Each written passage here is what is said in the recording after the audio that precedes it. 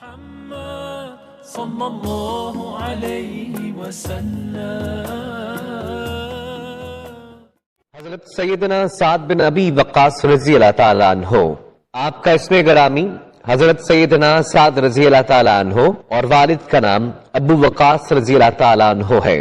آپ رضی اللہ تعالیٰ عنہ کا تعلق قریش کے قبیلے بنو زہرہ سے ہے، جو کہ رسول اللہ صلی اللہ علیہ وآلہ وسلم کا ننھیالی خاندان ہے۔ حضرت سیدنا امیر حمزہ بن عبد المطلب رضی اللہ تعالیٰ عنہ کی والدہ آپ کی سگی پھوپھی تھیں۔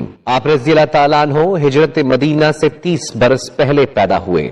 نزول وحی کے 7ویں روز حضرت سیدنا ابو بکر صدیق رضی اللہ تعالیٰ عنہ کے ترغیب دلانے پر مشرف با اسلام ہوئے اور عمر بھر رسول اللہ صلی اللہ علیہ وآلہ وسلم کے محافظ خصوصی کے فرائض سر انجام دیتے رہے۔ حضرت سیدنا سعد بن ابی وقاص رضی اللہ تعالیٰ عنہ کا شمار عشرہ مبشرہ اور اصحاب بدر میں ہوتا ہے۔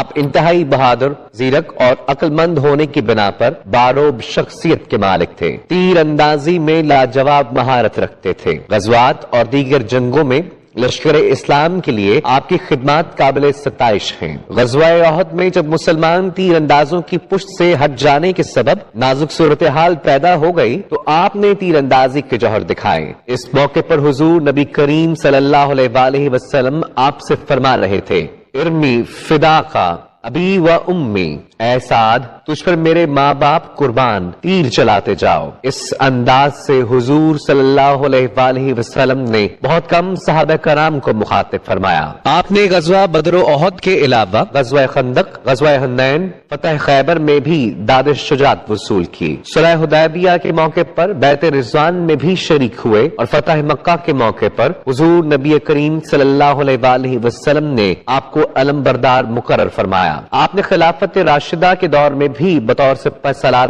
کئی مار کے سر کیے۔ آپ رضی اللہ تعالیٰ عنہ اشاعت اسلام اور سلطنت اسلامیہ کی وسعتوں میں اپنا گراں قدر حصہ ڈال کر 55 ہجری میں اس فانی دنیا کو خیر باد کہہ گئے۔